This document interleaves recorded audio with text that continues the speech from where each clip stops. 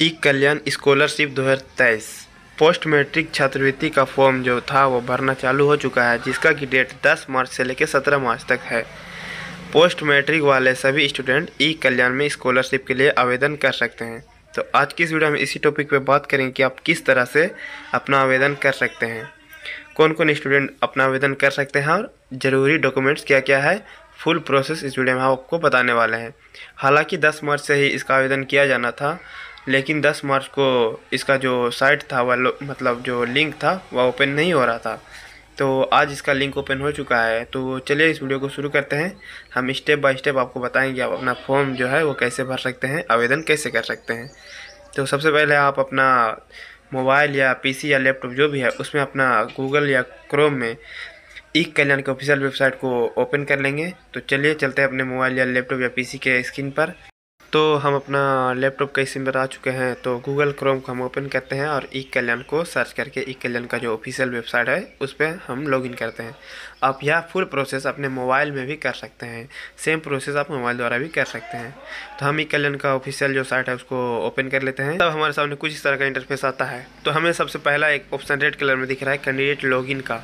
तो हम आपको बता दें, यदि आप लोगों ने जो स्टूडेंट पहले से ही रजिस्टर करके रखा है वो अगर चाह रहे हैं कि हम लॉगिन करके डायरेक्ट कर लेते हैं, तो हम आप सभी को बता दें कि जिस भी स्टूडेंट ने पहले से आईडी में रजिस्ट्रेशन करके रखा है उस सभी का लॉगिन अभी नहीं होगा।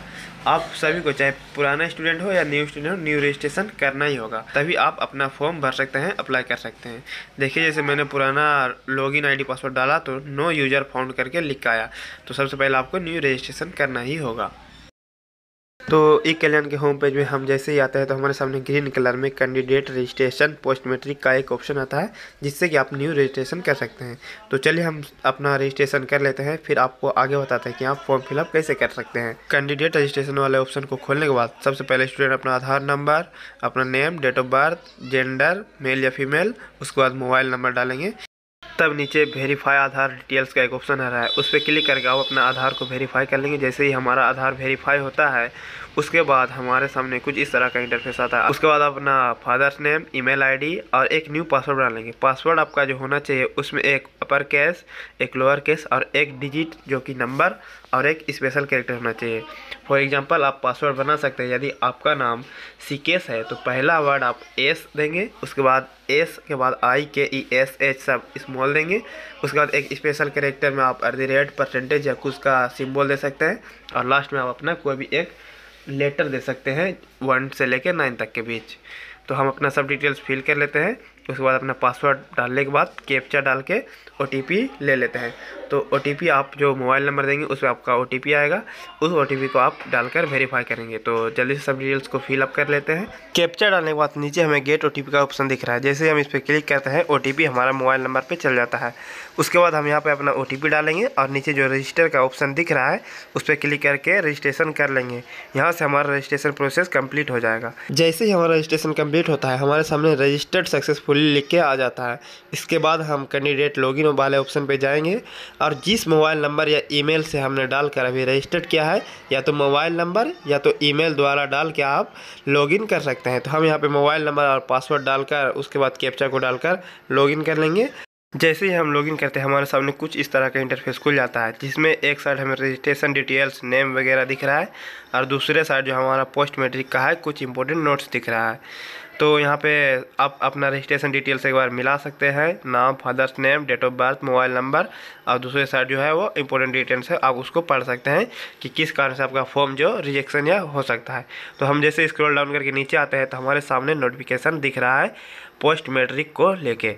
इसके बगल में अप्लाई ऑनलाइन जो लिख रहा है उस पर हम जैसे ही क्लिक करते हैं हमारे सामने फॉर्म खुल के आ जाता है। तो अब हम अपना फॉर्म भरेंगे। तो यहीं से आपको एक एक चीज़ स्टेप बाय स्टेप बारीकी से देखना है, किसी भी तरह से वीडियो को स्किप नहीं करना है। तो सबसे पहले हमें 10वीं का पास का परिकार पूछ रहा है। तो हमारे यहाँ कुछ ऑप्शन आ रहा है, regular, supplementary, CBSE, ISC, SC या जेक बोर्ड। तो जो स्टूडेंट झारखंड बोर्ड से हैं तो वह जेक बोर्ड सेलेक्ट करेंगे, या जो CBSE से वो CBSE सेलेक्ट करेंगे, और जो भी रेगुलर स्टूडेंट है रेगुलर वो अपना सेलेक्ट कर लेंगे। इसके बाद हमें 10th मैट्रिक का एडमिट कार्ड नंबर मांग रहा है, तो यह इम्पोर्टेंट नहीं है। आप देख सकते हैं जिस में स्टार लगा हुआ है वही सबको फिल करना कंपलसरी है, बाद बाकी को आप छोड़ सकते हैं। तो हम यहाँ पे अपना मैट्रिक का जो एडमिट कार्ड है उसका नंबर दे देते हैं। उसके बाद तीसरे नंबर में पूछ रहा है 10वीं का पास वर्ष, यानी कि आपने मैट्रिक का पास किया उस चीज़ को भर लेंगे। फिर उसके बाद जो आपका मैट्रिक में अधिकतम नंबर कितने नंबर की एग्जाम हुआ है उस चीज़ को भर लेंगे। तो 500 का हुआ था, 500 भर लेंगे। उसके बाद आपने कितना अंक प्राप्त किया है उस चीज़ को भर लेंगे। आपका डेट ऑफ बर्थ जो था वो पहले से ऑलरेडी फिल ही आएगा। उसके बाद आप मेल या फीमेल जो भी है वो सेलेक्ट रहेगा ऑलरेडी। यदि आपका डिवीज़न सेलेक्ट है तो सेलेक्ट कर देंगे, नहीं तो छोड़ देंगे। उसके बाद यहाँ से पूछ रहा है आपके माता पिता जीवित है या नहीं, तो सब में यस करेंगे। यदि हाँ है तो जीवित है तो यस करेंगे, और जीवित नहीं है तो नो करेंगे। उसके बाद पूछ रहा है क्या आप अपने अभिभावक के साथ रहते हैं, यदि रहते हैं तो हाँ करेंगे, नहीं रहते तो ना करेंगे। उसके बाद अपने मम्मी का नाम भर देना है। उसके बाद मम्मी का नाम भरने के बाद आपसे पूछ रहा है कि आपकी मम्मी कोई वर्कर है या कुछ काम करती है, यदि नहीं करती है तो नॉट वर्किंग, यदि कोई काम करती है गवर्नमेंट जॉब या प्राइवेट जॉब तो उसको सेलेक्ट कर लेंगे। उसके बाद फादर नेम ऑलरेडी फील्ड आएगा। उसके बाद आपको गार्जियंस का नाम भरना है। गार्जियन में आप मम्मी का या पापा का या जिसके साथ आपका जो भी गार्जियन है उसका नाम भर देंगे। तो हम यहाँ पे गार्जियन के नाम में फादर्स नेम ही भर देते हैं। उसके बाद पूछ रहा है संरक्षक के साथ संबंध, यानी कि आपके गार्जियन के साथ आपका क्या रिलेशन है, क्या संबंध है। तो आप यहाँ पे देख सकते हैं यहाँ फादर का ऑप्शन नहीं है तो आप अदर सेलेक्ट कर देंगे। यदि आपने भैया या अपने दीदी या किसका नाम दिया था उसको सेलेक्ट कर लेंगे। तो यहाँ फादर्स का तो ऑप्शन नहीं दे रहा है, इसलिए हम अदर्स पे सेलेक्ट करके इसको आगे बढ़ते हैं। इसके बाद हमसे पूछा जा रहा है फैमिली इनकम, यानी कि पारिवारिक आय आपका क्या है। तो आपका जो इनकम सर्टिफिकेट है उससे आप देख के आपका जो भी आय है उसको भर लेंगे। तो हम यहाँ पे फिलहाल ऐसे डेमो के लिए भर रहे हैं, तो यहाँ पे हम 1,20,000 भर के आपको दिखा रहे हैं। आप अपना आय से ही देख के इसको भरिएगा, आय जो सर्टिफिकेट है आपके पास उससे ही देख के भरिएगा। इसके बाद आपसे पूछ रहा है कैटेगरी, आप किस कैटेगरी से आते हैं, SC ST या BC। तो आप यहाँ पे अपना जो भी कैटेगरी है उसको सेलेक्ट कर लेंगे। उसके बाद आपसे पूछ रहा है फादर का व्यवसाय, यानी आपके पिताजी क्या काम करते हैं। यदि कोई सरकारी नौकरी या गवर्नमेंट जॉब करते हैं तो उसको भर लेंगे, यदि सेल्फ एम्प्लॉयड है तो सेल्फ एम्प्लॉयड कर लेंगे। उसके बाद आप अपने फादर्स का पैन नंबर या UDI नंबर दे सकते हैं, नहीं भी दे सकते हैं, कोई ज़रूरी नहीं है। इसके बाद आपसे पूछा जा रहा है इंस्टीट्यूट या कॉलेज का डिटेल्स। तो आप यहाँ से अपना इंस्टीट्यूट का डिस्ट्रिक्ट और जो उसका ब्लॉक है उसको सेलेक्ट कर लेंगे। तो सबसे पहले हम अपने कॉलेज का जो डिस्ट्रिक्ट है उसको सेलेक्ट करते हैं। तो हमारे सामने पॉपअप मैसेज इस तरह से आता है, इसमें कुछ देर लगता है लोडिंग होने के लिए। जैसे ही हम ओके करते हैं फिर हमारे सामने ब्लॉक सेलेक्ट करने का ऑप्शन आता है, फिर हम यहाँ से अपना ब्लॉक सेलेक्ट कर लेते हैं। जैसे हम ब्लॉक सेलेक्ट करते हैं फिर एक तरह से पॉपअप मैसेज आता है। उसके बाद फिर जैसे ओके करते हैं तो हमें कॉलेज सेलेक्ट करने का ऑप्शन दिखता है। तो ओके करने के बाद हम कॉलेज को सेलेक्ट कर लेते हैं। उसके बाद हमारे सामने कॉलेज को सेलेक्ट करके जैसे ही ओके करते हैं तो ऑटोमेटिकली कॉलेज का जो भी डिटेल्स है वो हमारे सामने इस तरह से फिलअप होके आ जाता है, जिसमें कॉलेज का ईमेल, यूनिवर्सिटी और कॉलेज का मोबाइल नंबर ऑलरेडी फिल्ड आ जाता है। इसके बाद हमसे कॉलेज एडमिशन नंबर यानी कॉलेज प्रवेश संख्या मांग रहा है, जो कि आप अपने आइडेंटिटी कार्ड यानी परिचय पत्र या कॉलेज का जो चालान है एडमिशन चालान उससे देख के भर सकते हैं। उसके बाद हमसे कॉलेज की प्रवेश तारीख यानी कि कॉलेज एडमिशन डेट मांग रहा है, उसको भी आप अपने कॉलेज के आइडेंटिटी कार्ड या कॉलेज के चालान से जो एडमिशन चालान है उसे देख के आप फिलअप कर सकते हैं। उसके बाद हमारे सामने कोर्स सेलेक्ट करने का ऑप्शन आता है। तो जैसे ही हम कोर्स वाले ऑप्शन पर क्लिक करते हैं हमारे सामने कोर्स का तो ऑप्शन ही नहीं खुल रहा है। चलिए हम दूसरे कॉलेज का सेलेक्ट करके देखते हैं कि हमारे सामने कोर्स का ऑप्शन खुल रहा है कि हम यहाँ से दूसरे कॉलेज को सेलेक्ट कर लेते हैं। उसके बाद भी फिर से चेक करते हैं तो देखते हैं कि हमारा कॉलेज का ऑप्शन ही नहीं आ रहा है, कोर्स का जो ऑप्शन है वो खुल ही नहीं रहा है। इसके बाद हम पूरे कॉलेज का डिस्ट्रिक्ट और जो ब्लॉक है उसको चेंज करके देखते हैं और फिर से कॉलेज को चेंज करके देखते हैं, तब चेकआउट करते हैं कि हमारा कॉलेज का जो कोर्स है वो आ रहा है या नहीं आ रहा है। तो यहाँ से हम फिर से सब चीज़ को फिलअप करते हैं और फिर से कोर्स को ओपन करने की कोशिश करते हैं, तो कोर्स वाला ऑप्शन जो है वह भी नहीं खुल रहा है।